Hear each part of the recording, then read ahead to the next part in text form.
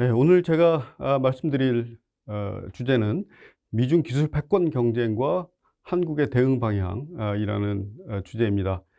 내용이 조금 어려울 수도 있지만 가능하면 제가 쉽게 풀어서 말씀을 드리도록 하겠습니다. 어려운 내용이지만 굳이 제가 오늘 말씀을 드리려고 한 이유는 미중 기술 패권 경쟁이라는 말씀을 최근에 좀 들어보셨을 거라고 예상이 됩니다만, 한국의 미래를 결정하는 너무나 중요한 문제이기 때문에 전문가들뿐만 아니라 일반인들도 이 내용에 대해서 좀 알고 계시는 것이 좋을 것이라는 생각에서 이 주제를 선택을 했습니다. 예전에 그 구한말 때, 19세기 말 구한말 때 세상이 급격하게 변화하고 있다라는 사실을 우리가 잘 몰랐기 때문에 그 세상의 변화의 소용돌이에 휩쓸려서 우리의 국권을 잃어버리는 그런 비극을 경험한 적이 있습니다. 그 당시에는 뭐 자본주의 시장 경제, 뭐 산업화, 그다음에 철도, 증기기관, 이런 것들이 세상을 막 바꾸고 있었을 때인데, 우리 뭐 일반 백성뿐만 아니라 정치 엘리트들도 그 세계의 변화를 잘 못 따라가서 우리의 국권을 잃어버리는 그런 비극을 맞았었는데요. 지금 현재가 그때하고 굉장히 비슷합니다. 미중 기술 패권 경쟁이라는 것이 그 당시에 증기기관, 뭐 산업화, 철도, 기계화된 공장, 노동자의 등장, 자본주의 이런 것들이 막 등장하면서 전혀 새로운 그런 세상이 나타났던 것과 마찬가지로 지금은 소위 말하는 이제 5G라는 통신과, 그다음에 아티피셜 인텔리전스, 인공지능이라는 이 새로운 기술들, 그리고 플랫폼이라는 개념을 통해서 세상이 엄청나게 빠르게 변화하고 있는데, 그 변화 속에서 누가 주도권을 잡고 또 어떠한 형태로 이 새로운 세상을 만들려고 하느냐와 관련해서 미국과 중국이 생각이 굉장히 다릅니다. 그 두 개의 서로 다른 생각들이 지금 부딪히고 있고, 주도권을 누가 잡을 것인가 라는 것에 대한 경쟁과 일종의 투쟁을 벌이고 있는 것이 현재 미중 기술 패권 경쟁이기 때문에 조금 어려워도 매우 중요한 사실이어서, 그럼 우선 그 배경 설명을 먼저 드리겠습니다. 미국이 2018년부터 트럼프 행정부가 들어서서 2018년부터 중국에 대해서 여러 가지 제재를 취하기 시작을 했는데, 어 제재를 취했음에도 불구하고 그것이 전방위적인 제재가 아니라 특정 기업과 특정 기술을 중심으로 해서 제재를 취했습니다. 2018년 4월에 GTE라는 중국의 통신 장비 업체가 있습니다. 중신그룹인데, 이 통신 장비 업체 GTE를 제재를 가해서 미국의 퀄컴이라는 기업하고 예를 들면 한 7년 동안 거래를 금지하는 그런 조치를 취했습니다. 물론 이제 금방 또 해제가 되긴 했습니다마는. 그리고 나서 2019년에 미국의 상무부가 요즘에 우리가 많이 듣고 있는 화웨이라는 중국의 기업을 또 제재를 가했는데, 이 화웨이는 뒤에 좀 제가 자세히 설명을 드리겠습니다마는 그 중국 통신 장비 업체로서 5G, 그러니까 5세대 통신에 있어서 세계적인 경쟁력을 갖고 있는 기업입니다. 그러니까 5G라는 것은 우리가 이 휴대폰을 요즘에 많이 사용하고 있는데, 스마트폰을 그 스마트폰의 통신이 이루어지는 이런 네트워크들, 그런 장비들을 뭐 개발하고 설치하고 하는 업체가 화웨이입니다. 근데 이 화웨이에 대한 제재를 트럼프 행정부에서 또 걸었죠. 그다음에 2020년 9월에 그 또 많이 중국을 가시는 분들은 많이 들어보셨을 거예요. 위챗이라는 중국의 SNS 모바일 메신저 앱이 있는데, 이 위챗이 미국에도 들어가 있습니다. 그런데 이 위챗 사용을 금지하고, 그다음에 또 요즘에 그 유튜브나 아니면 뭐 SNS에 들어가시면 틱톡이라는 앱이 있습니다. 굉장히 짧은 그 소위 말하는 짤방을 가지고 이 자기들이 뭐 춤을 춘다거나 뭐 여러 가지 그 활동을 녹화를 해서 보여주는 그런 앱이 있는데 이 틱톡도 미국에 들어가 있습니다. 주로 이제 미국에 있는 중국 교포들이 사용을 많이 합니다만 이 위챗과 틱톡도 다운로드를 금지를 했죠. 왜 금지를 했느냐? 표면상의 이유는 국가 안보에 대단한 위협이 되는 그런 기술들이고 앱이다. 왜냐하면 미국 시민들의 데이터들이 다 뺏길 수 있다라는 그런 이 걱정을 하기 시작한 것입니다. 그리고 나서 대통령이 바뀌었죠. 바이든 대통령으로 행정부가 넘어갔는데 2021년 2월 25일에 또 몇 개의 그 기술과 그다음에 자원을 중심으로 해서 제재에 비슷한 그런 행정명령을 바이든 대통령이 내렸습니다. 그리고 거기에 서명을 했는데 거기에서 이제 가장 중요한 기술이 바로 여기 보이는 이 반도체입니다. 반도체가 굉장히 중요한 기술입니다. 그래서 이 반도체가 전 세계에 이렇게 공급이 되는데 그 공급이 되는 공급망을 중국은 좀 제외를 시키자. 우리 미국의 동맹국을 중심으로 해서 반도체가 공급되는 공급망을 새로 재설정해보자라는 것을 검토하라는 행정명령을 바이든 대통령이 서명을 했습니다. 그리고 이제 2020년 12월에 조금 전이죠. 그때 역시 중국의 드론 기업하고 반도체 기업들을 블랙리스트에 등재를 했는데 이게 다 비슷비슷한 기술들을 사용하는 그런 기업들입니다. 반도체라든가 아까 앞에서 말씀드린 그 5G 이동통신 안에서 생산되는 데이터들을 사용하는 그런 기업들이라고 할 수가 있겠습니다. 그리고 이제 2021년 3월에 최근에도 언론에 보도가 됐습니다만은 쿼드라고 미국, 일본, 호주, 인도 이렇게 네 나라가 참여하는 회담이 있었는데 그 바로 직전에 바이든 행정부가 아까 말씀드린 화웨이 5G 통신 장비용 또 역시 반도체가 나오죠. 반도체하고 뭐 이런 기술들을 수출 금지하는 그런 방침을 발표를 했습니다. 2021년에도 또 뭐 제재를 했는데 역시 마찬가지로 화웨이하고 GT 같은 이런 통신 이동통신 기술을 갖고 있는 기업들에 대한 제재가 있었습니다. 그러면 여기서 우리가 한 가지 의문을 갖게 됩니다. 왜 여태까지 가만히 있다가 트럼프 행정부 시기에 들어와서 미국이 중국에 대한 이런 제재와 견제를 하기 시작을 하느냐. 만약에 중국의 힘이 워낙 커졌기 때문에 더 커지기 전에 미국이 중국을 견제하는 것이 맞다면 이미 상당히 오래전에 다방면에 걸쳐서 중국에 대한 제재가 시작이 됐었어야 맞다고 보입니다. 여기 지금 표에 나와 있는 것 같이 세계 수출 시장 점유율 1위 품목수의 추이를 보게 되면 이미 중국은 2012년부터 이 통계에 있어서 세계 1위를 하기 시작을 했습니다. 2012, 13, 14 계속 1등을 하고 있었는데 다시 말하자면 세계 수출 시장 점유율 1위를 하는 품목이 저렇게 많았다는 것이죠. 중국이 2012년도에 보더라도. 그런데 저 때는 오히려 더 중국하고 미국이 사이가 좋았고 중국에 대한 투자도 많이 이루어졌고 그다음에 중국 사람들이 미국에 와서 기술도 배워가고 많은 유학생들이 다녀가기도 하고 뭐 이런 합작 기업도 많았고 그랬는데 왜 갑자기 2018년 경부터 이런 일들이 벌어졌을까? 또 다른 그래프를 보시면 이런 그래프도 있습니다. 이것은 2018년 갤럽에서 조사한 그런 그래프인데요.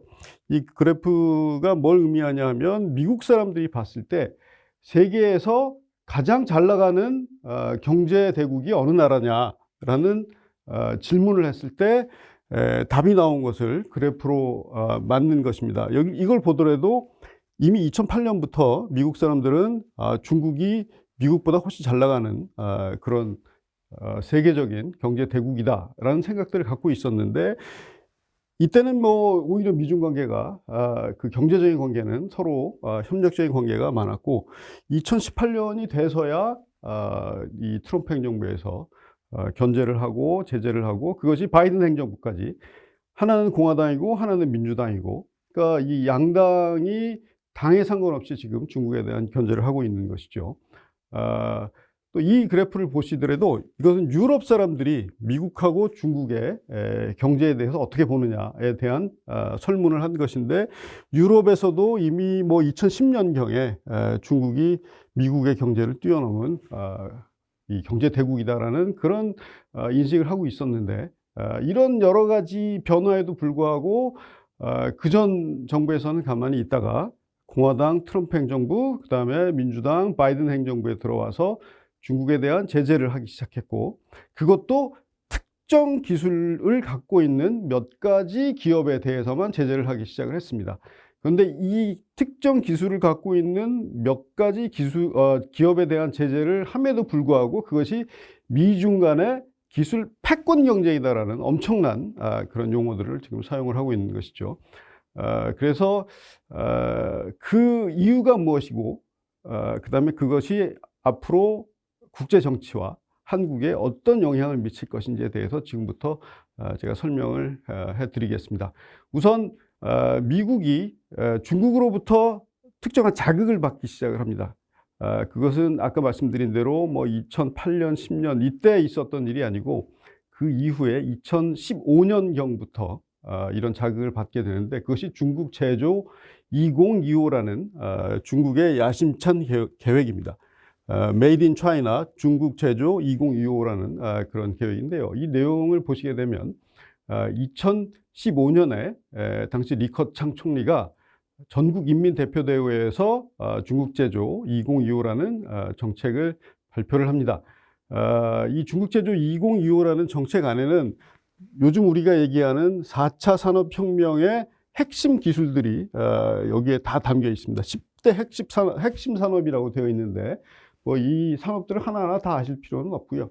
여튼 4차 산업혁명과 관련된 핵심 기술들이 여기 다 올라가 있고 중요한 내용은 2025년까지 국산화율을 핵심 기술의 국산화율을 70%까지 끌어올릴 것이다라는 것이 이 중국 제조 2025의 핵심 내용입니다. 그리고 나서 중국 표준 2035라는 것도 곧 발표한 예정인데요. 중국 표준 2035라는 것은 이 핵심 기술들이 나오게 되면 이 어떤 스탠다드, 어떤 표준을 가지고 이 기술들을 세계에 있는 기업이나 아니면 소비자들이 사용하게 될 것인가에 대한 논의들이 나올 것인데 이 표준을 다 중국식 표준으로 가져가겠다. 라는 그런 야심찬 계획이 중국 표준 2035라는 건데 이것도 지금 발표하려고 준비를 하고 있습니다. 그런데 이 중국 제조 2025가 미국을 자극을 하기 시작했는데요. 여기서 제가 뒤에도 말씀드리겠지만 반도체하고 AI라는 굉장히 중요한 핵심 기술이 여기에 들어가 있습니다. 그러면 이 반도체하고 AI라는 게 왜 중요한가? 그것을 저희가 알아야 되겠죠. 그 다음에 이제 두 번째 미국을 자극하게 된 것은 소위 말하는 중국의 디지털 권위주의라는 것입니다. 중국이 그 전에 미국 행정부는 중국의 자본주의 시장 경제가 들어가고 미국의 기업도 들어가고 서방의 문화가 들어가고 하면 중국이 자연스럽게 이 자유화가 되고 어느 정도 민주화가 될 것이라고 봤었는데 이 4차 산업혁명과 관련된 기술들을 중국이 갖기 시작하면서 예전에 우리가 생각했었던 자본주의 시장 경제가 들어가면 자유화가 되고 민주화가 된다는 그런 상식이 깨지기 시작했습니다. 이 데이터를 활용해서 우리 얼굴을 그 기계들이 인식하고 그 인식된 데이터를 다시 뭐 이 정보나 정보 당국이나 아니면 뭐 경찰 이런 데로 보내서 사람들을 계속 관리하고 통제하고 하는 그런 기술들이 새로 나왔는데 그걸 이제 안면 인식 기능, 음성 인식 기능 뭐 이런 기능들이라고 이제 표현을 합니다. 이 기능들이 생기면서 중국에서 공산당이 중앙에서 중국 전체를 통제하는 그런 권위주의 시스템이 구축이 되기 시작을 했죠. 워낙 기술이 발달하고 그다음에 이 데이터들을 다 모아가니까 중국이 중앙에서 당에서 공산당에서 중국 인민 전체를 이 관리하고 통제하는 기능이 용이해진 것입니다. 기술이 그만큼 발전을 한 것이죠. 그리고 중국이 도입한 시스템 중에 사회신용 시스템이라는 것이 여기 있습니다. 이 사회신용 시스템은 이 중국 사람들이 어떤 뭐 범죄를 저질렀거나 뭐 어떤 특정한 행위를 했을 때 거기에 대해서 평점들을 이렇게 부과해 놓는 겁니다. 그래서 이 사람은 평점이 뭐 A급이고 이 사람은 위험도가 높은 뭐 D급이다. 그래서 거기에 맞춰서 관리도 하고 보상도 하고 처벌도 하고 하는 그런 그 시스템을 중국이 도입을 하기 시작을 했죠. 그래서 이런 것들과 관련된 중국의 국영기업이 GT컴이라는 것이 있는데 이 GT컴이 가장 많은 데이터를 가져올 수 있는 알리바바라는 중국의 기업하고 전략적 제휴를 하고 있습니다. 즉, 이 데이터들을 중국에서 중앙에서 당에서 다 가져와 가지고 중국 인민들을 통제하고 관리하는 그런 디지털 권위주의가 중국에서 나타나기 시작을 했다. 그러니까 원래 우리가 예상했던 대로 이 자유화가 되고 민주화가 되는 것이 아니라 오히려 반대로 권위주의 체제로 나가고 있다는 것이죠. 그것이 또 다른 대표적인 예가 홍콩에서 일어난 민주화 운동들을 무력으로 진압하고 민주화 운동을 못하게 하는 그런 여러 가지 법과 제도들이 통과가 되고 있습니다. 그래서 이러한 그 미중 간의 기술 패권 경쟁을 이제 전반적으로 이해하기 위해서는 이 특정 기술을 가지고 미국하고 중국이 붙었는데 우리가 이 플랫폼이라는 말을 이해를 해야 됩니다. 플랫폼이라는 말들을 요즘 굉장히 많이 사용을 하죠. 뭐 소프트웨어 같은 것을 보면 뭐 안드로이드 플랫폼이다. 아니면 애플의 뭐 iOS 플랫폼이다.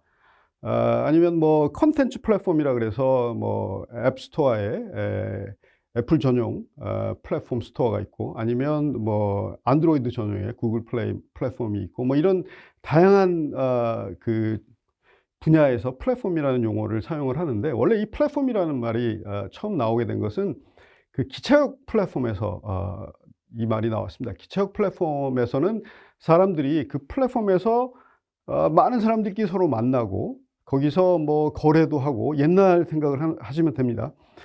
거기 어디 매점이 있으면 매점에서 뭘 사기도 하고 뭐 다음에 어떤 일을 같이 하자라고 약속도 하고 뭐 거기서 광고도 하고 하는 다양한 일들이 벌어지는 그 이 기차역 플랫폼이라는 데서 나온 말이 이제 플랫폼인데 이것이 뭐 전문적으로 기술적으로 여러 가지 분야에서 사용이 되고 있긴 합니다만은 가장 일반적으로 우리가 이해하는 개념으로는 이제 광의의 개념으로 인간이 서로 연결돼서 같이 뭘 할 수 있는 그런 공간, 장을 플랫폼이라고 부르기 시작을 했습니다. 그래서 다양하게 사용이 되지만 우리가 학교라는 플랫폼에서 뭘 한다.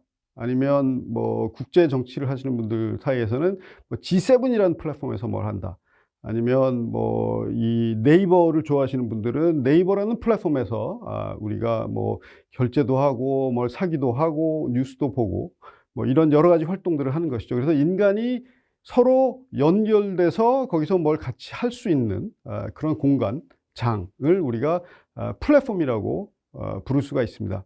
그래서 이 플랫폼이라는 것이 옛날 농경 시대에서부터 시작해서 지금 현재까지 굉장히 질적이고 양적으로 변화를 해 나왔는데 결국 국제 정치라는 것은 이 플랫폼을 더 좋은 플랫폼을 누가 차지하느냐, 그 다음에 누구의 방식대로 이 플랫폼을 운영하고 이 플랫폼에서 자기의 이익을 차지해가느냐 하는 것이 국제 정치가 역사적으로 진화해 온 그런 역사라고 보시면 되겠습니다. 그래서 플랫폼이라는 것은 인간이 서로 연결하고 활동하고 거래하고 먹고 사는 데 필요한 일들을 하는 그런 공간, 장소를 플랫폼, 장을 플랫폼이라고 이해하시면 되는데 인류의 역사는 이 플랫폼에서 지금 저희가 가장 기본적으로 사용하고 있는 플랫폼이 땅이라는 플랫폼입니다. 땅 위에서 뭐 농사를 지어오고 그 다음에 뭐 유목 활동도 하고 가축도 키우고 이런 것들을 했죠. 이 땅이라는 플랫폼에 인간들끼리 서로 연결되는 그런 일들이 있었는데, 왜냐하면 연결이 돼야만 뭐 대화도 할 수 있고 물건도 팔 수 있고 광고도 할 수 있고 뭐 약속도 할 수 있는 것이죠. 연결이 되지 않으면 이런 일들을 할 수가 없기 때문에, 그래서 이 플랫폼 안에서 인간들이 서로 연결되는 이 기술들을 계속 발전시켜 왔습니다.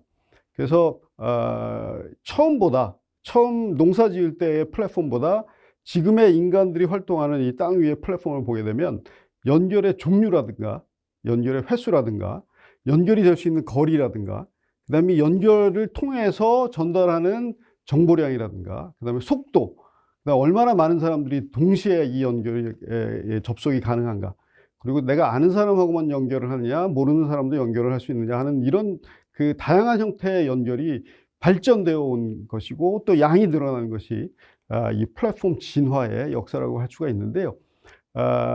지금 예전에는 그 플랫폼이 주로 이 땅을 기반으로 해서 플랫폼이 형성이 됐다면, 그 다음에 이 땅 위에 자본주의 시장 경제가 들어오면서 시장이라는 플랫폼이 생깁니다. 땅 위에. 그런데 그것이 한 번 더 발전을 하면 시장 위에 인터넷 공간이, 가상 공간이 또 덮어서서 사이버 공간이라는 플랫폼이 생기게 됩니다. 옛날에는 농경 유목 시대에는 주로 농사 짓고 뭐 이 양치기하고 뭐 이런 시대에는 땅이 굉장히 중요한 플랫폼이었고, 여기서 농산물이 생기면 그 농산물을 가지고 가끔씩 시장에 나가서 자기가 필요한 것들을 사고 뭐 하는 그런 이 거래들이 있었는데, 여튼 땅이 굉장히 중요한 플랫폼이었죠. 농업 경제 시대에는. 그 다음에 이제 18세기 산업혁명이 일어난 이후에는 산업화가 되고 자본주의가 들어오면서, 그리고 철도를 통해서 이 국토가 전반적으로 연결되기 시작하면서 이 시장이라는 것이 새로 들어옵니다. 땅 위에 요즘 우리가 시장 간다 할 때 그 시장이 땅 위에 생기죠. 이게 굉장히 중요한 플랫폼으로 바뀌었고, 그 다음에는 이 시장 위에 인터넷이라는 사이버 공간이 21세기에 굉장히 중요한 플랫폼으로 등장을 합니다. 즉 우리가 그 스마트폰이나 컴퓨터를 많이 쓰는데 이게 끊겨버리면 하루라도 너무 불편해서 살 수 없는 그런 시대가 된 것이죠. 그러니까 이 땅, 시장, 사이버 공간이라는 이 세 개의 플랫폼이 인류의 플랫폼이 진화된 방향인데, 예전에는 땅을 뺏기면 농사를 지을 수가 없으니까 먹고 사는데 엄청난 지장이 생기는 겁니다. 전쟁을 통해서 땅을 뺏기고 했죠. 그러다가 산업혁명 이후에는 시장이라는 플랫폼이 생겼는데, 이 시장이 닫혀버리면 하루에 아무것도 할 수 없는 것이죠. 뭘 살 수도 없고, 전기도 안 들어오고, 뭐 난방도 안 되고, 그다음에 생필품을 살 수도 없고, 그렇게 돼버리면 하루도 살 수 없는 굉장히 중요한 플랫폼이 시장이 됐죠. 그 다음에 이 시장 위에 인터넷 공간이, 사이버 공간이 덮이는데, 이제는 이 휴대폰이나 컴퓨터나 이런 것들이 끊겨버리면 아무것도 할 수 없는 굉장히 불편해지는 것이죠. 배달도 안 되고, 주문도 요즘에는 다 상품을 사이버 공간에서 사지 않습니까? 그래서 굉장히 중요한 인간 생활의 핵심적인 플랫폼이 사이버 공간이 된 겁니다. 그래서 땅이라는 플랫폼에서 시장이라는 플랫폼으로 진화를 했고, 시장이라는 플랫폼에서 인터넷 공간, 사이버 공간으로 플랫폼이 21세기에 새로 진화를 하게 되는데, 이 땅을 놓고 예전에는 국가들이 서로 충돌을 하고 내가 더 많은 땅을 갖겠다, 아니면 그 땅을 우리가 지키겠다, 좋고 비옥한 땅을. 그러다가 이제 18세기, 19세기에 들어오면 내가 더 많은 시장을 차지하겠다. 내가 이 시장에 필요한 자원이 많은 그런 국가들을 식민지로 만들어서 이 시장을 더 크게 우리가 부유하게 보유하겠다 했던 시기가 이제 제국주의 시대입니다. 19세기, 18세기 산업혁명 이후에 일어난 일들이죠.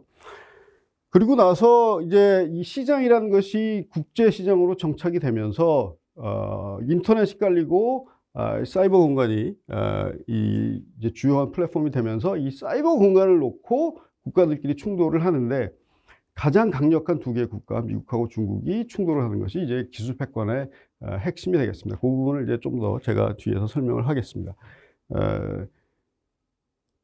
이 플랫폼과 이제 패권이라는 주제인데요. 이 패권이라는 말은 이 기술 패권 경쟁이라는 지금 용어가 나오고 있기 때문에 패권에 대해서 조금 설명을 제가 드려야 되는데, 아까 그 땅을 중심으로 플랫폼이 형성되어 있었던 농경 시대에는 비옥한 땅과 노동력을 확보한 국가가 주변에서 도전을 하지 못하게 완전히 제압해 버렸을 때, 그때 그 국가를 패권국이라고 했습니다. 땅이라는 플랫폼을 제압한 국가를 패권국이라고 했는데, 예를 들면 과거에 이제 중국 제국 아니면 로마 제국이 그런 형태의 패권국이라고 할 수 있습니다. 상당 기간 동안 주변에 유목 민족들이 주로 이제 유목 부족이나 세력들이 주로 도전을 해왔는데, 왜냐하면 유목 부족이나 세력들은 이 척박한 땅과 기후 조건에서 살기 때문에 농경이 굉장히 비옥한 땅을 중심으로 해서 농업 경제가 발달된 이런 것을 계속 침범을 하면서 약탈도 하고 이제 이런 일들이 많았죠. 근데 그런 걸 완전히 확 제압해 버리면 그때 그거를 패권 국가라고 했습니다. 그러니까 땅이라는 플랫폼을 제압한 국가를 확실하게 안정적으로 제압한 국가를 플랫폼이라고 했습니다. 플랫폼이 아니라 이제 패권이라고 얘기를 했습니다. 그 다음에 이제 산업혁명 이후에는 아까 제가 말씀드린 대로 플랫폼이 땅에서 시장으로 진화를 하죠. 땅에서 시장으로 진화를 하면서 인간이 먹고 사는데 가장 중요한 플랫폼이 시장이 되니까 보다 넓은 시장, 그리고 이 시장에서 이익을 낼 수 있는 보다 많은 산업들이 거래가 되고, 그것이 이제 그 자본주의 시장 경제를 통해서 부가 증진되는 그런 형태의 플랫폼 관리들을 국가가 하기 시작을 합니다. 근데 그렇게 하다 보면 국가들이 시장을 확대하려고 하고, 또 이 철도, 그다음에 증기기관 이런 것들이 굉장히 중요한 기술로 등장하기 때문에 철이 많이 묻혀 있는, 아니면 뭐 석탄이 많이 묻혀 있는 이런 곳들을 찾아가면서 자기 땅으로 만들려고 하죠.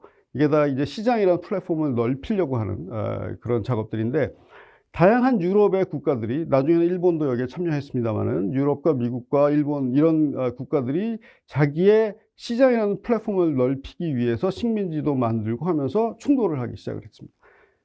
이 플랫폼의 충돌이 제국주의라는 형태로 나타나는 것이죠.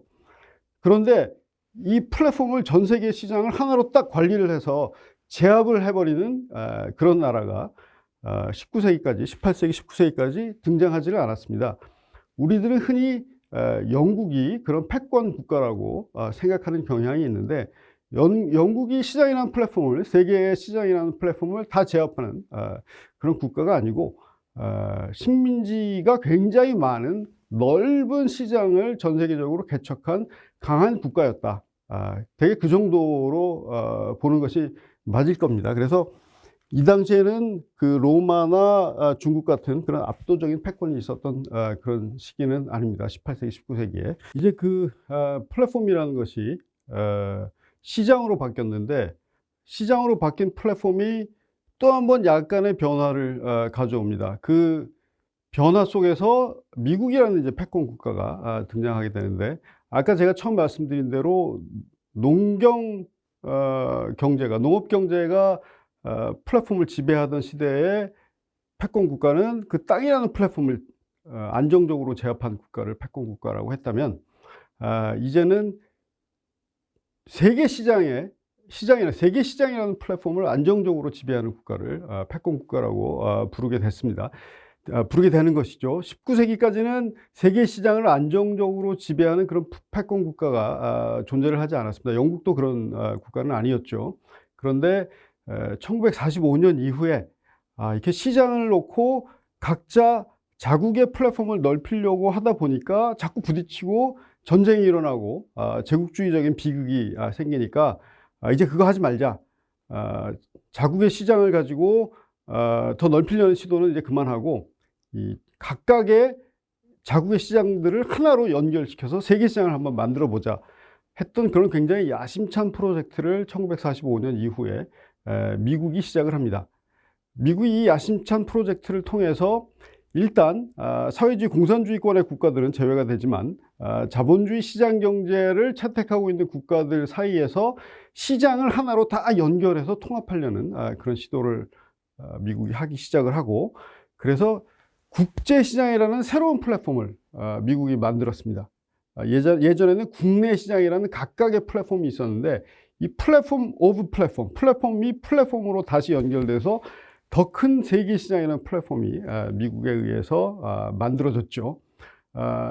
이 플랫폼을 만들기 위해서 미국이 여러 가지 제도도 만들고 법도 만들고 표준도 만들었는데 그것이 뭐 요즘 많이 들어보셨겠습니다만은 뭐 IMF라든가 뭐 가트가 진화가 돼서 WTO 세계 무역기구 이런 것들로 진화가 됐는데 이런 것들이 다 세계 시장을 만들기 위해서 미국이 시도한 여러 가지 노력들의 결과물들입니다. 어쨌든 이 국제시장이라는 플랫폼이 생겨나고 이 국제시장을 관리하는 국제법, 그다음에 뭐 규범, 제도, 표준, 그리고 이제 세계 기축통화, 달러로 되어 있는 기축통화 이런 것들을 미국이 주도하면서 국제시장 플랫폼을 미국이 안정적으로 관리하는 유일한 초강대국이 됐습니다. 그래서 그 국가를 미국이라는 국가를 우리가 이제 패권 국가라고 부르게 되었는데요. 그러니까 농경제 시대에는 땅을 관리하는 패권 국가들이 뭐 중국이나 로마 같은 제국들이 있었고, 그 다음에 이제 역사가 쭉 진화가 되면서 이제는 국제시장이라는 것을 관리하는 패권 국가로서 미국이 탄생을 합니다.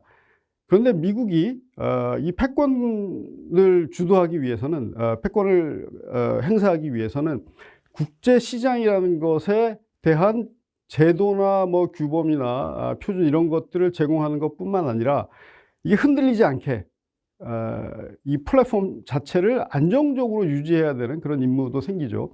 예를 들어서 국내 시장이라는 플랫폼을 보게 되면 대한민국에서 뭐 혁명이 일어난다거나 아니면 뭐 쿠데타가 일어난다거나 아니면 뭐 사회적인 소요가 일어나면 시장이 멈추지 않습니까?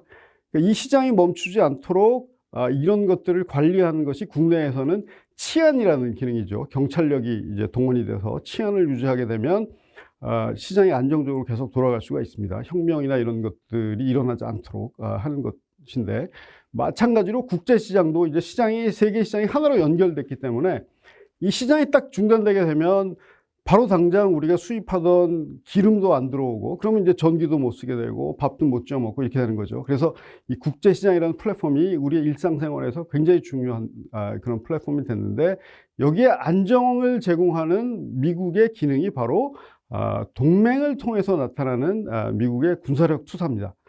그래서 한미동맹, 미일동맹, 나토 이런 미국의 군사동맹에 의해서 국제시장에 안정을 제공하는 그런 역할을 하죠. 그래서 세계 시장이 자본주의 시장으로 하나로 통합이 되고 여기에 규범과 제도와 표준 같은 것들을 미국이 제공을 하고 또 군사력을 투사해서 안정을 제공하는 그런 국가를 우리는 패권 국가라고 하고, 하나로 통합된 이 자본주의 국제시장 질서를 자유주의 국제질서, 리버럴 인터내셔널 오더, 자유주의 국제질서라는 말로 부릅니다. 자유주의 국제질서라는 질서에서 가장 중요한 것은 세계시장이 멈추면 우리의 일상생활도 같이 멈추는 그런 질서가 됐다. 아까 말씀드린 대로 세계시장이 멈추면 원유 수입도 안 되고 전기도 안 들어가고 밥도 못 짓고 반도체 공급도 안 되고 이런 굉장히 불편함을 우리가 감수해야 되는 그런 시기가 됐던 것이죠. 시기가 되어버린 것이죠, 지금. 그래서 예전에는 로마나 중국의 패권을 팍스 로마나 팍스 시니카라고 불렀고, 지금은 이제 팍스 아메리카나의 그런 시대인데, 그래서 패권이라는 개념도 좀 바뀌었습니다. 플랫폼이 진화하면서 패권의 성격도 바뀌게 되는 것이죠. 그런데 그 자본주의 시장 경제가 하나로 연결된 국제시장이 이제 공산권이 무너지고 냉전이 와해가 되면서 전 세계가 그야말로 하나로 글로벌 플랫폼이 됐습니다. 20세기 후반부터. 그래서 세계 시장이 그야말로 하나로 연결이 됐는데 여기에 새로운 기술이 등장을 합니다. 이 새로운 기술이 바로 인터넷 기술입니다. 디지털 기능인 것이죠. 그래서 기존의 이 자본주의 시장 위에 인터넷이라는 네트워크가 깔리기 시작하고, 이제 사람들이 땅 위에서 하던 일, 그 다음에 전통적인 시장에서 하던 일들을 상당 부분을 이 인터넷 플랫폼으로 옮겨와서 하기 시작을 합니다. 사람들한테 편지 보내는 것도 예전에는 종이에 써서 편지를 보내면 우편 배달부가 땅 위에서 이동해 가지고 날라주고 했는데, 이제는 인터넷에서 이메일이라는 형태로 그냥 바로 보내고, 그다음에 뭐 물건을 주문하는 것도 백화점에 가서 물건을 사는 것보다는 인터넷 공간에서 더 많이 사고, 영화를 보는 것도 극장에 가지 않아도 컴퓨터에서 다운로드를 해서 영화를 보게 되고, 뭐 결제를 하는 것도, 돈을 내는 것도 직접 가서 돈을 안 내고 인터넷에서 결제를 하고 휴대폰으로 결제를 하고 하는 시대로 바뀌기 시작을 했습니다. 땅이라는 플랫폼에서 시장이라는 플랫폼, 그리고 시장이라는 플랫폼에서 이제 사이버 공간, 인터넷이라는 플랫폼으로 사람들이 주요 생활 무대를 옮겨오기 시작을 했는데, 그것이 바로 20세기 후반부터 나타나기 시작한 인터넷 디지털 기술 혁명 때문에 가능해진 것이죠. 그런데 이제 이 인터넷 플랫폼을 국가들이 깔고 경영하기 시작하고 관리하기 시작하는 것이 국가의 주요 책무가 됐습니다마는, 약간 다른 형태로 국가들마다 플랫폼을 관리를 합니다. 예를 들면 중국 같은 경우에는 이제 많이 들어보셨겠습니다마는 바이두나 알리바바나 텐센트라는 기업들이 있는데, 한국으로 치면 네이버나 다음 같은 그런 기업들입니다. 그러니까 인터넷 플랫폼을 제공하는 그런 중국의 기업들이죠. 마찬가지 좀 비슷한 그런 플랫폼 기업들 중에 세계적으로 유명한 미국의 플랫폼 기업은 많이 요즘에 사용들 하시는 페이스북이나 뭐 아마존, 그다음에 넷플릭스, 구글, 이런 기업들이 미국의 플랫폼 기업인데, 이 플랫폼이 인간 생활의 주요한 무대가 되면서 중국은 자신들의 주권을 보호한다는 그런 취지하에서 중국 기업만 중국의 플랫폼을 깔 수 있게 그렇게 규제를 해버렸어요. 그래서 미국의 이런 기업들이 중국에 들어가서 자유롭게 활동을 못합니다. 실제로 중국 가보시면 이런 그 앱을 사용하시던 분들은 접속이 안 돼서 굉장히 불편함을 많이 느끼셨을 거예요. 중국은 중국 안에는 중국 플랫폼 기업만 허용을 하고 미국의 플랫폼 기업은 들어가지를 못하는 것이죠. 그 다음에 이제 중국의 또 하나의 특징은 뭐냐면 인구가 굉장히 많다는 겁니다.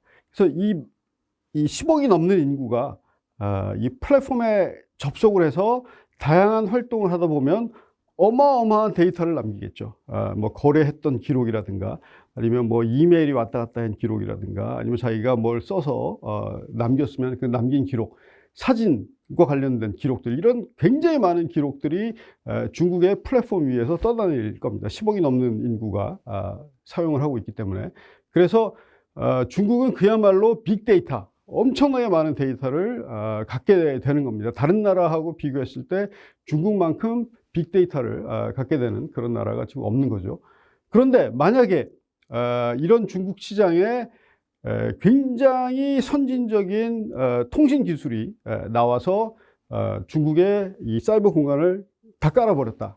뭐 바이두나 알리바바나 텐센트 같은 기업들, 이 굉장히 속도가 빠른, 그다음에 데이터도 굉장히 많이 한꺼번에 전달할 수 있는, 그리고 굉장히 많은 사람들이 한꺼번에 접속할 수 있는 이런 기술을 중국이 개발을 해서 중국 시장에 21세기 디지털 플랫폼을 다 깔았다라고 했으면 미국의 입장에서 보면 이게 좀 무시무시해질 수가 있는 겁니다. 아까 제가 처음에 말씀드린 대로 여기서 생겨나는 데이터를 중앙에서 중국 공산당이 관리하고 통제하기 시작하면 이 권위주의화 되는 것인데, 중국이 그런 기술들을 갖기 시작하고 빅데이터를 얻고, 이 중국의 기술과 통신망이 미국보다 먼저, 미국의 기업보다 먼저 전 세계에 깔리기 시작하면 이거는 조금 옛날과 다른 종류의, 조금이 아니라 굉장히 옛날과 다른 종류의 위협이 될 수 있다는 것입니다. 그것을 이제 지금부터 제가 말씀을 드리겠습니다.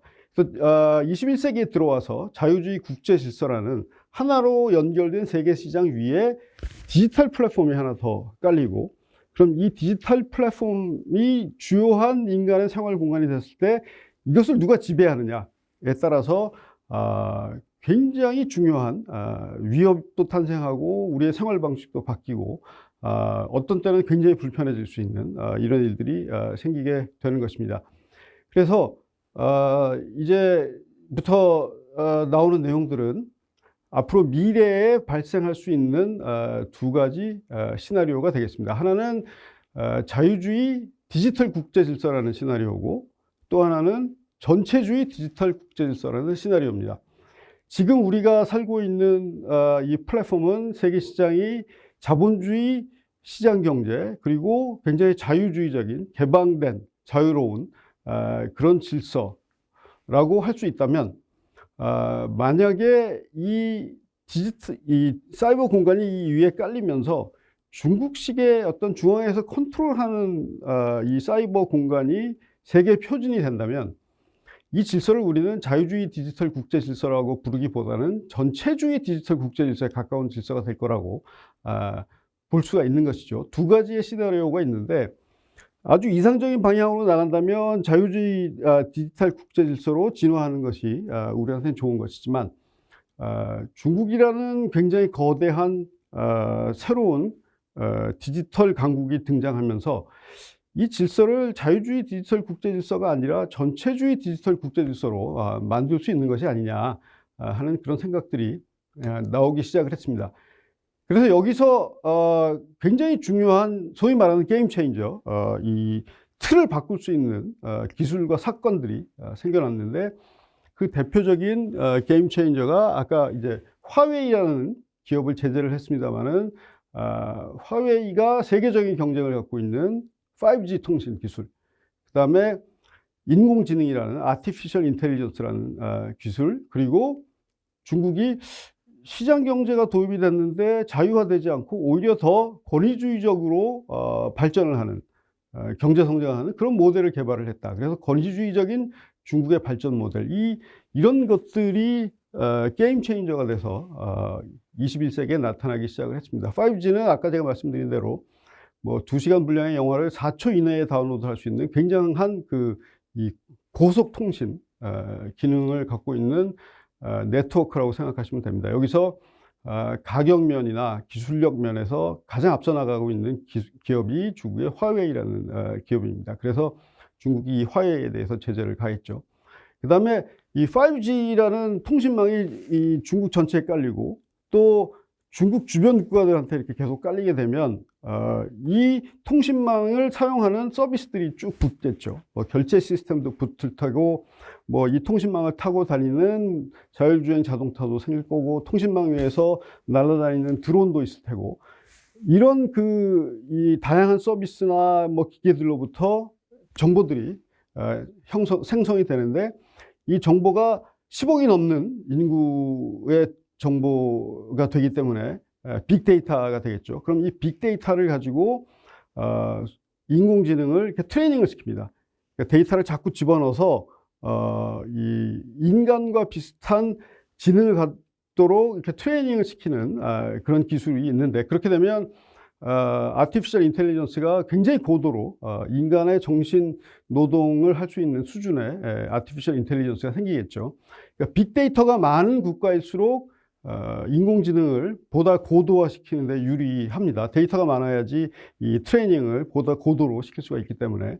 그래서 이 5G가 화웨이에 의해서 통신망이 깔리고, 중국 전체에 깔리고, 거기서 생성되는 데이터를 가지고 아티피셜 인텔리전스의 기능을 강화하고, 그러면 중국에서 생성되는 이 데이터는 아티피셜 인텔리전스가 사회를 통제하는데 사용을 하게 되겠죠. 그러니까 권위주의적으로, 전체주의적으로 사용할 수 있는 그런 기술들이 생깁니다.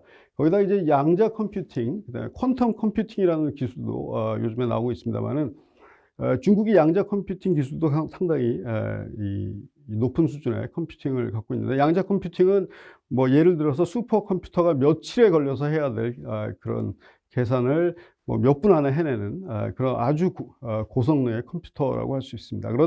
이런 기술들을 중국이 갖게 되면 데이터를 가지고 사회를 중앙에서 통제하는 그런 시스템이 가능해집니다. 그런데 중국이 이 기술에서 세계적으로 앞서 나가니까, 야, 우리 거 먼저 깔자 하고 화웨이가 치고 나온 겁니다. 한국도 우리 5G망 깔고, 독일도 깔고, 1대1로라는 거대한 새로운 시장에도 화웨이로 다 깔아버리면, 일단 중국 통신 회사의 네트워크가 깔리고, 이 기술은 아직 미국이나 다른 쪽에서는 중국만큼 좋은 기술을 갖고 있지 못하기 때문에 이 통신망을 깔지를 못하는 상황이죠. 그러면 이 네트워크 위에 중국의 서비스 회사들이 다 붙을 겁니다.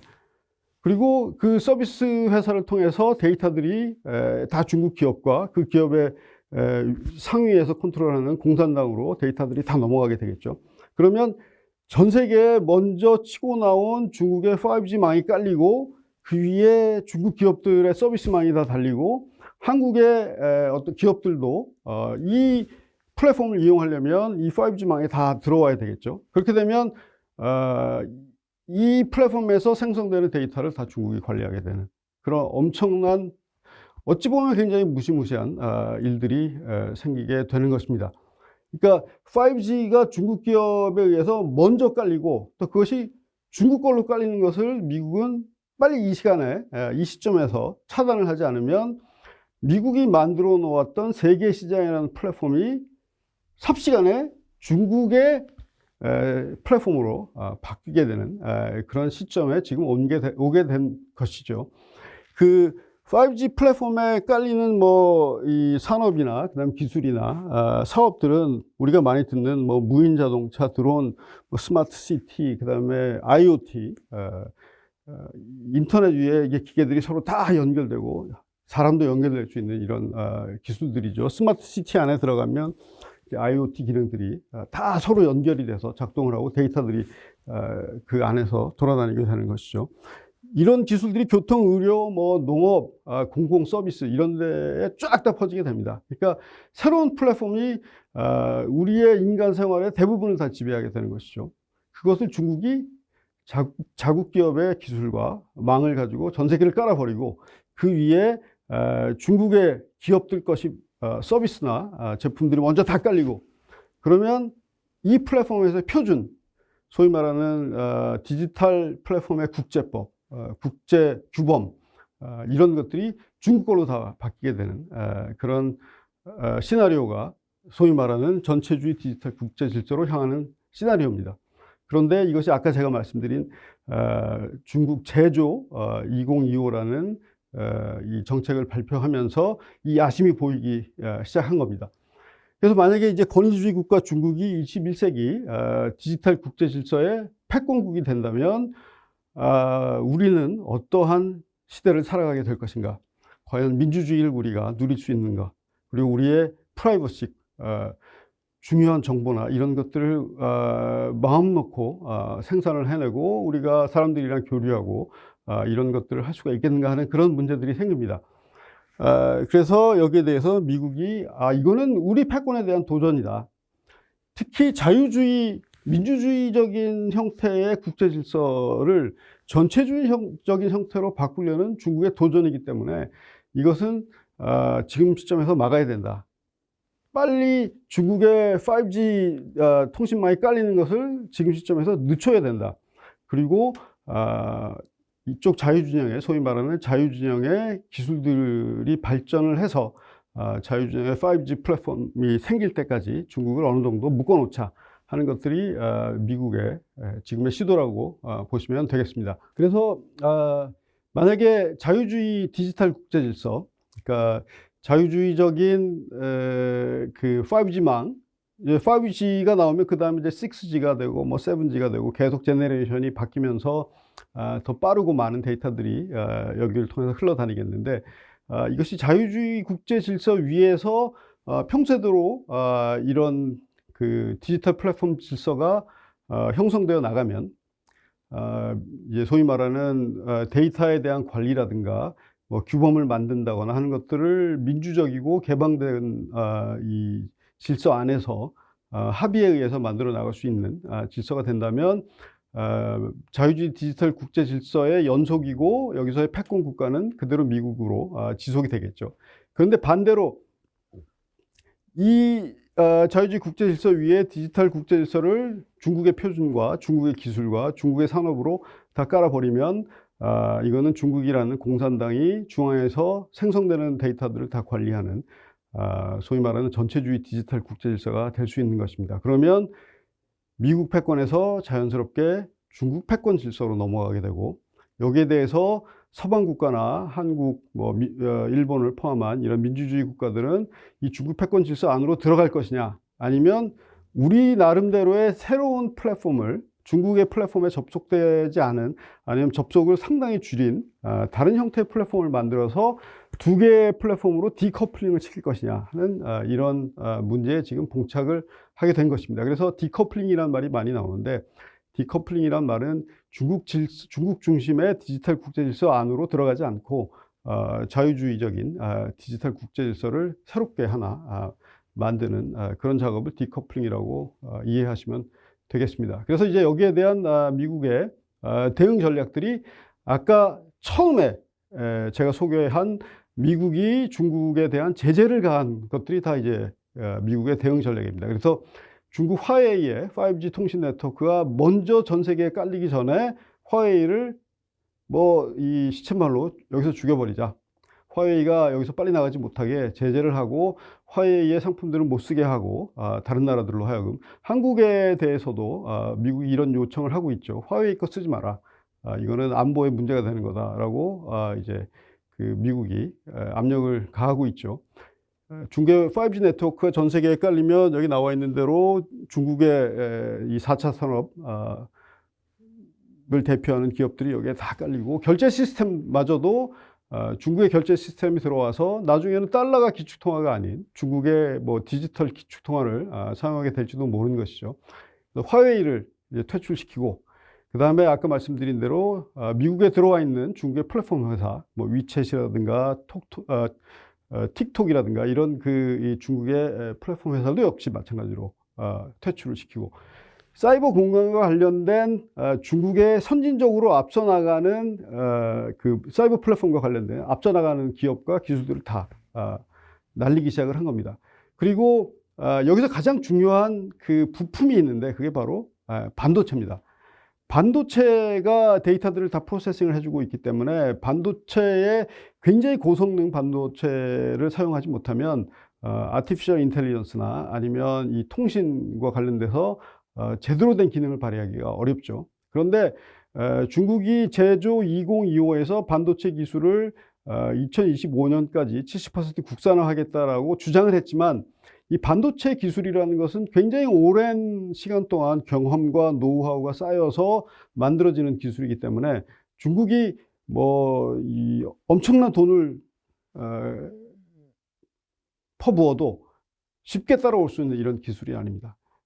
그런데 다행스럽게도 이 반도체 기술들은 미국이 동맹이라고 하는 국가들, 이 반도체 기술들이 되게 좋습니다. 한국도 거기에 들어가 있고, TSMC라고 하는 대만의 기업이 이 부분에서 거의 선두주자라고 할 수가 있겠죠. 삼성전자도 굉장히 좋은 반도체를 만듭니다. 그래서 이 반도체 공급을 중국에 하지 못하게 하는, 그러니까 반도체의 공급망을 미국이 자기 동맹을 중심으로 해서 새롭게 짜는 그런 검토를 하고 있다는 말씀 제가 드렸는데, 그 이유가 이런 것입니다. 즉 디지털 공간의 플랫폼을 중국이 선점하는 것을 다 차단을 하는 그런 대응을 하고 있습니다. 그리고 이제 과학기술이나 지식이 자꾸 중국으로 넘어가게 되면 유학생이나 아니면 연구자들이 미국에 와서 같이 연구하고 공부하고, 그래서 이 기술들을 자꾸 중국으로 빼나가게 되면 이런 노력들이 다 허사가 되니까 과학기술 지식 및 정보가 스파이를 통해서 중국으로 흘러나가는 것들을 계속 통제를 하기 시작하죠. 그런 통제 노력들이 2020년 휴스턴 중국 총영사관에서 스파이 활동을 했다고 한 사람들을 퇴출시키거나 다양한 형태의 스파이 활동들이 중국 사람에 의해서 이루어졌다라는 그런 보도들이 있었죠. 그리고 유학생들도 하이테크 분야에서는 이제 가급적이면 중국 유학생을 받지 않는 그런 정책들을 이제 취하기 시작을 했습니다. 그래서 기업을 제재를 하고 과학기술 지식 및 정보가 유출되는 그런 통로도 막고, 그 다음에 세 번째로는 이제 정치적으로 프레임을 까는 건데, 이게 잘못하면 디지털 민주주의가 아니라 디지털 권위주의로 세상이 바뀐다. 그러면 여러분들이 누리고 있었던 자유라든가 어떤 민주주의 시스템 하에서의 다양한 장점들을 우리는 다 잃어버리게 될지 모른다.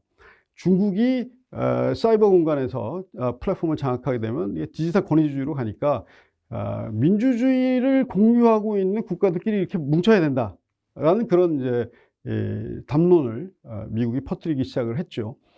그러면서 이런 그 민주주의들 국가끼리 한번 연합을 맺어보자라고 했던 시도들이 요즘에 많이 나오는 이제 쿼드라는 이것도 그 중에 하나고, 그다음에 G7도 이제 그런 플랫폼으로 만들려고 하고 있고, D10이라는 민주주의 국가 10개국이 모여서 어떤 협의체를 만들려는 그런 시도들도 다 이런 디지털 권위주의에 대항하는 디지털 민주주의 국가들 모임으로 이렇게 가는 것입니다.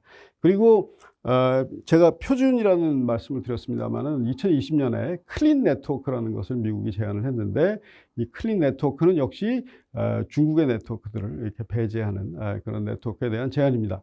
그래서 다시 반복해서 계속 제가 말씀을 드리지만, 플랫폼이 땅이라는 플랫폼, 땅 위에서 농사도 짓고 유목생활도 했던 플랫폼에서 시장이라는 플랫폼으로 바뀌고, 그러니까 그 땅 위에 제도와 그다음에 뭐 철도 자동차로 이렇게 연결된 그런 형태의 시장, 이 전국적인 단위의 시장으로 플랫폼이 바뀌고, 그다음에 이 시장이 세계 시장으로 되는 하나의 커다란 플랫폼으로 또 바뀌고, 이 질서를 우리가 자유주의 국제 질서라고 얘기를 했죠. 근데 이 세계 시장 위에 디지털 플랫폼이 다시 또 하나 깔리게 되는 거죠. 그래서 인간 생활에 상당히 중요한 이 인간 생활에 거의 중요한 활동들을 다 이 디지털 공간에서 하게 되는데, 이 플랫폼을 중국이 권위주의적인 형태로, 전체주의 형태로 장악하지 못하게 미국이 자유주의 국가, 민주주의 국가들을 모아서 견제를 하기 시작한 것이 바로 지금 중국과 미국 간의 기술 패권 경쟁이라고 우리가 이해를 하면 되겠습니다. 그러면 여기서 우리 한국은 어떤 식으로 대응을 해야 되느냐? 사실 한국이 대응하는 방향은 굉장히 간단합니다. 우리가 중국의 플랫폼에 접속을 해서 중국의 표준과 그다음에 중국 경제 안으로 들어가느냐, 아니면 자유주의 국가들끼리 모여있는 이 플랫폼을 중심으로 해서 기존의 자유주의 국제 질서를 그대로 유지해 나가느냐, 즉 중국 패권 안으로 들어가느냐, 미국 패권 속에서 기존의 방식대로 그대로 살 것이냐, 이 둘 중에 하나를 선택하게 되는 그런 이것이 한국의 대응 방향이 되겠습니다. 그런데 한국은 다행스럽게도 반도체 기술력이 굉장히 중요합니다. 그래서 미국이 한국을 쉽게 버리지를 못해요. 이 삼성전자 같은 그런 기업들이 있기 때문에. 그래서 반도체 공급망 안에 한국을 집어넣고, 또 이 안에 뭐 대만도 집어넣고 해서 미국과 같이 가는 쪽으로 계속 한국을 끌어들이고 있죠. 근데 한국은 중국 시장이 워낙 한국에게 있어서 중요한 시장이었기 때문에, 아직까지도 그렇습니다만은 쉽게 중국을 포기하지 못하고, 그러다 보니까 이제 미국하고 중국 사이에서 어느 쪽을 선택해야 되느냐, 선택을 안 하면 안 될까라는 이런 그 고민들을 하게 되는 것이죠. 그렇지만 궁극적으로는 이 디지털 플랫폼이 인간 생활의 중심으로 전 세계에 깔리기 때문에 어느 쪽 플랫폼을 선택하느냐가 이 국가의 운명을 좌우하는 그런 굉장히 중요한 선택이 되겠습니다. 그런데 많은 사람들이 경제는 중국이랑 하고 안보는 미국이랑 하자라는 그런 얘기들을 합니다. 그게 중국이 디지털 플랫폼을 장악하기 이전에는 가능했던 얘기입니다. 그러니까 모두 다 하나의 세계 시장 안에서 자유주의 국제 질서의 일원이었을 경우에는 중국하고는 경제하고 미국하고는 안보하고 하는 것들이 가능했던 그런 시기였는데, 지금은 이 디지털 플랫폼 안에서만 이렇게 따로 경제가 돌아가고 생활 공간이 형성이 되기 때문에 어떤 디지털 플랫폼 안으로 우리가 들어가느냐에 따라서 그 디지털 플랫폼의 안정을 제공하고, 이 어떤 그 다른 나라가 와서 자꾸 침략하고 바꾸려고 하는 것들을 막으려고 하는 것이 바로 안보가 되는 것이죠. 그러니까 시장을, 디지털 플랫폼을 중국 안에 들어가 있는데 대한민국이 이 중국의 디지털 플랫폼을 미국 보고 보호해달라고 얘기하는 것과 똑같은 그런 얘기가 되는 겁니다. 안미 경중, 그 안보는 미국에게 의존하고 경제는 중국에게 의존한다는 얘기가, 그것은 거의 불가능한 얘기고, 우리가 미국하고 같은 플랫폼으로 가게 되면, 자유진영의 플랫폼을 우리가 선택하게 되면 이 자유진영의 플랫폼을 지키기 위해서, 안보를 위해서 결국은 한미동맹 중심으로 해서 갈 수밖에 없는 것이죠. 그런 의미에서 한미동맹은 매우 중요하고 이 앞으로 어느 쪽의 플랫폼을 선택해야 될 것이냐에 대한 답은 상당히 자명하게 나와 있다라고 말씀을 드릴 수 있겠습니다. 그래서 우리의 대응 방향은 자유주의적인 그리고 개방된 글로벌 플랫폼 질서 안에 우리가 있는 것이고, 중국도 궁극적으로 그러한 질서 안으로 들어올 수 있도록 우리가 인게이지하고 중국과 계속 협력하고 대화하고 하는 것들이 필요하다. 그리고 반도체 공급망도 미국이 지금 재조정을 하고 있는 그 공급망 안으로 우리 대한민국이 들어가야 된다라는 말씀을 드리고요. 그렇지만 중국과 완전히 이 관계를 끊고 살 수는 없는 것이죠. 중국이랑 협력할 분야도 굉장히 많습니다. 뭐 기후변화 문제라든가 문화교류, 그다음에 이런 그 플랫폼 기업이 아닌 다른 형태의 뭐 산업에 있어서는 시장으로 서로 연결되어 있기 때문에 중국하고 모든 걸 끊을 필요는 없고, 또 북핵 문제가 있기 때문에 상황별로 우리가 중국하고 같이 협력을 할 필요가 있다는 것입니다. 그다음에 이제 마지막으로 북한 문제가 우리한테 걸려 있는데, 북한은 지금 경제 제재로 인해서 상당히 경제적인 어려움을 겪고 있습니다. 핵을 포기해야만 경제 제재가 풀릴 텐데 핵을 포기하기는 굉장히 어려운 그런 상황이죠, 북한이. 그러다 보면 경제적으로 우리는 중국이랑 같이 가야 되겠구나라는 판단을 내리고, 북한이 중국 플랫폼에 접속을 해버리면 그럴 유혹이 상당히 큽니다. 중국식 경제 발전 모델을 북한이 택할 가능성이 있기 때문에. 그러면 북한 경제가 중국 경제화 될 수 있는, 북한 경제가 중국 경제의 종속이 될 수 있는 가능성이 굉장히 높아지는데, 이런 북한의 선택에 대해서 우리가 어떤 식으로 대응해야 될 것인가 하는 것들도 한국의 상당한 도전 과제가 될 것이라고 봅니다. 제가 미중 기술 패권과 관련해서 오늘 말씀드린 내용은 이게 전부고요. 가급적이면 좀 쉽게 풀어서 테크놀로지 용어도 많이 나오고 그렇습니다만, 쉽게 풀어서 미중 기술 패권이라는 것이 과거의 패권적인 충돌, 그래서 전쟁이 일어나는 것하고 어떻게 다른가, 그리고 중국의 패권과 미국의 패권이 가져오는 우리의 일상생활은 얼마나 달라질 것인가를 중심으로 해서 비교적 쉽게 풀어보려고 노력을 했습니다만, 얼마나 쉽게 전달됐는지는 잘 모르겠습니다.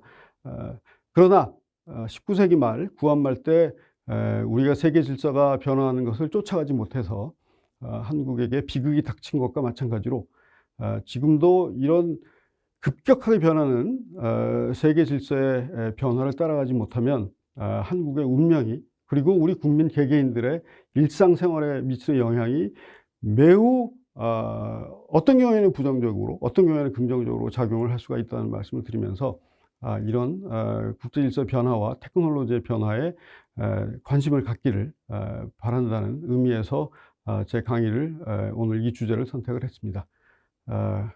그럼 오늘 제 강의를 여기서 마치겠습니다. 감사합니다.